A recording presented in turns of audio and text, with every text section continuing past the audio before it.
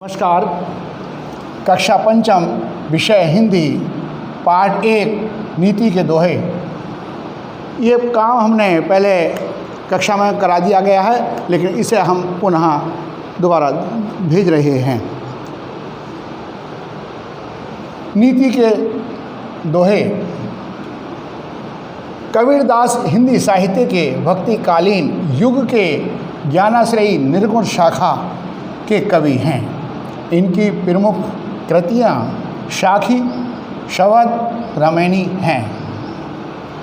ये कुछ नीति के जो हैं दोहे दिए गए हैं कबीरदास जी के, इन्हें मैं पढ़कर सुना रहा हूँ और आपको इनका अर्थ भी बताऊँगा।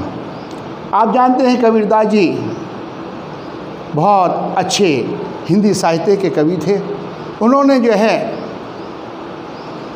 विभिन्न प्रकार की रचनाएं की हैं और उनमें से कुछ रचनाएं ये हैं, आपकी शाखी है, शवद है, रमैनी है।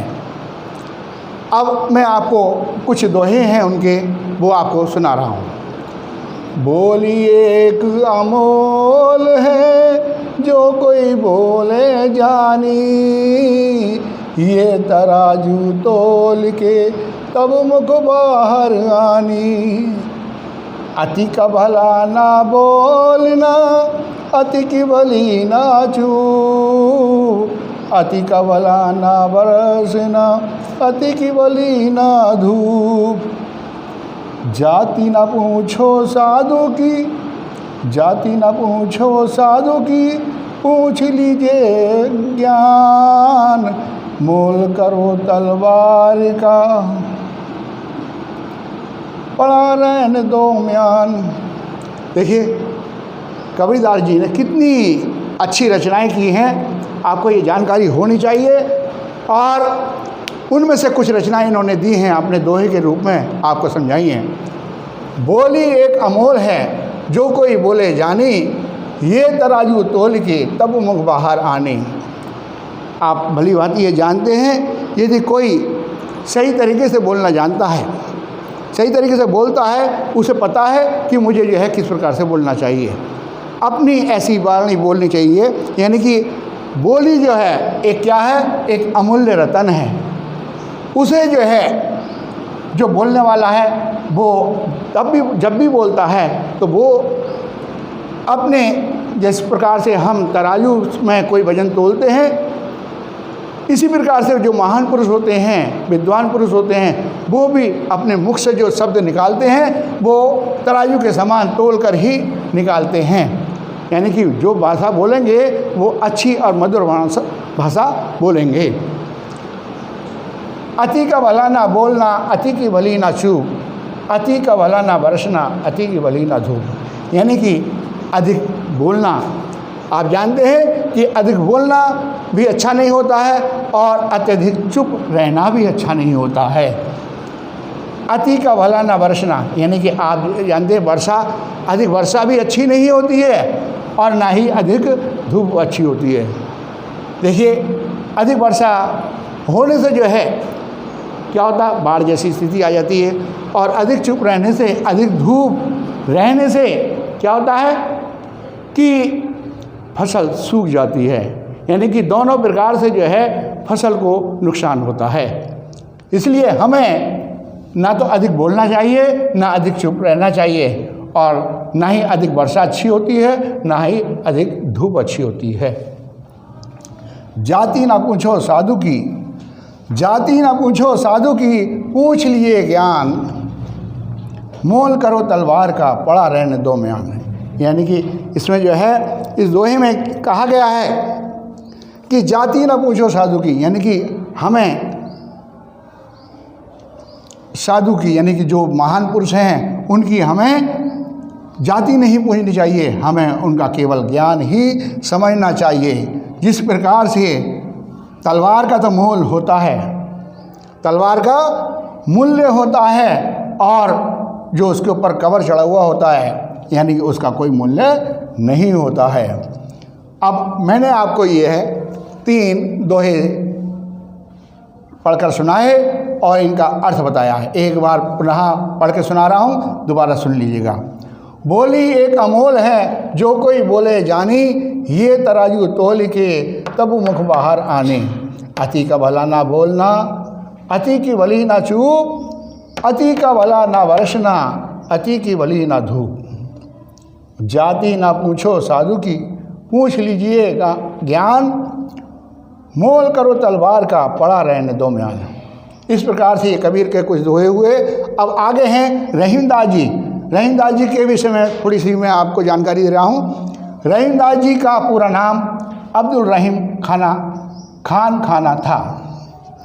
मुस्लिम धर्म के अनुयायी होते हुए भी रहीमदास जी ने अपनी काव्य रचना हिंदी साहित्य की जो सेवा की वह बहुत ही अद्भुत तथा अनोखी है। इनकी रचनाएं रहीम दोहावली, पंचाध्यायी, नायिका, भेद तथा फुटकर कवित्व आदि हैं। इस प्रकार से ये जो कवि हैं ये भी जैसे कबीरदास जी थे इसी प्रकार से ये भी बहुत ही महान हिंदी साहित्य के साहित्यकार रहे हैं, बहुत अच्छे कवि हैं। इनके जो दोहे हैं वो आपको कुछ बता रहा हूँ, कुछ उनके अर्थ भी आपको बताऊँगा। जो रहीम उत्तम प्रकृति का, करी सकत कुसंग, चंदन विष व्यापे नहीं, लिपटे रहत भुजंग। यानी कि रहीमदास जी एक अच्छे कवि और साहित्यकार होने के साथ साथ उन्होंने जो है अपने दोहों में जो दर्शाया गया है, उन्होंने कहा है कि जो रहीम उत्तम प्रकृति, यानी कि रहीमदास जी कहते हैं इस दोहे में कि जो उत्तम प्रकृति के व्यक्ति होते हैं, जो सज्जन पुरुष होते हैं, अच्छे पुरुष होते हैं, उन पर किसी बुरी संगति का कोई प्रभाव नहीं पड़ता है। चंदन विष व्यापे नहीं, यानी कि इसका अर्थ ये हुआ कि जिस प्रकार से चंदन के वृक्ष पर वो अपनी शीतलता नहीं खोता है, यानी कि आप देखते हैं सैकड़ों जहरीले सांप जो हैं उन पर लिपटे रहते हैं, उस पर उस चीज़ का कोई प्रभाव नहीं पड़ता है। इसी प्रकार से जो सज्जन पुरुष होते हैं उन पर बुरी संगति का कोई प्रभाव नहीं पड़ता है। जैसे चंदन के वृक्ष पर सैकड़ों सांप लिपटे होने के बावजूद भी वो अपनी शीतलता नहीं खोता, किसी प्रकार का जहर या उसका कोई प्रभाव उस पर नहीं पड़ता। हाँ, आगे देखिए, रहीमन धागा प्रेम का, मत तोड़ो चटकाए, टूटे से फिर ना जुड़े, जुड़ गांठ पड़ जाए। बानी ऐसी बोलिए मन का आपा खोए, औरन को शीतल करे आप ही शीतल होए। इसमें रहीमदास जी कहते हैं कि प्रेम और रिश्ते जो होते हैं वो एक धागे के समान होते हैं। एक बार यदि टूट जाए तो उसमें फिर गांठ पड़ जाती है। बानी ऐसी बोलिए मन का आपा खोए, औरन को शीतल करे आप ही पूरन होए। यानी कि इस दोहे में जो रहीमदास जी हैं वो कहते हैं कि हमें ऐसी वाणी बोलनी चाहिए, यानी कि अपने अंदर के अहंकार को जो है बाहर निकाल कर हमें ऐसी वाणी बोलनी चाहिए कि जिससे सुनने वाला तथा हम स्वयं भी उससे जो है खुश हों। अब आगे है रामचरितमानस जैसे विश्व प्रसिद्ध महाकाव्य की रचना करने वाले गोस्वामी तुलसीदास जी का